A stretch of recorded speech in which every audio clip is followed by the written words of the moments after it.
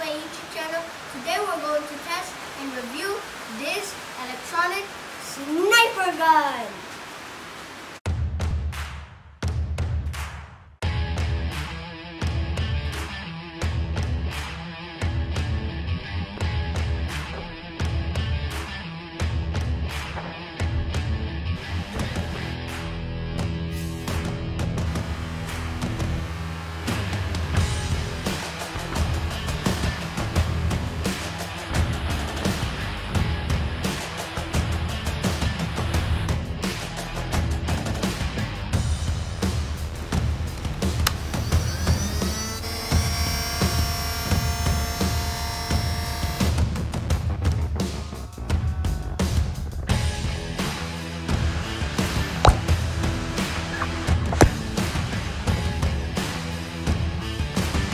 Overall, it's a good and fun toy. It has a sniper scope, it automatically shoots, and you can target action figures like Thanos.